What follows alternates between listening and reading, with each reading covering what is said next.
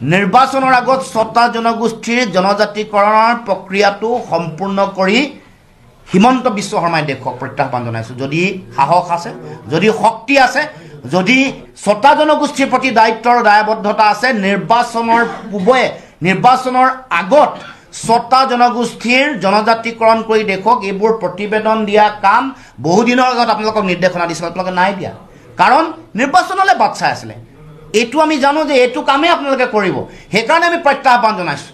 আৰু অন্যথা যদি দিব নোৱাৰে তেতিয়াহ'লে নিজে মানে ইয়াৰ পৰা দায়িত্বৰ পৰা অব্যাহতি লওক। যদি দিব নোৱাৰে, আমি চেলেঞ্জ কৰিছোঁ, দিব নোৱাৰে 100%, এইটো এটা পলিটিকেল এটা ললিপপহে মাত্ৰ।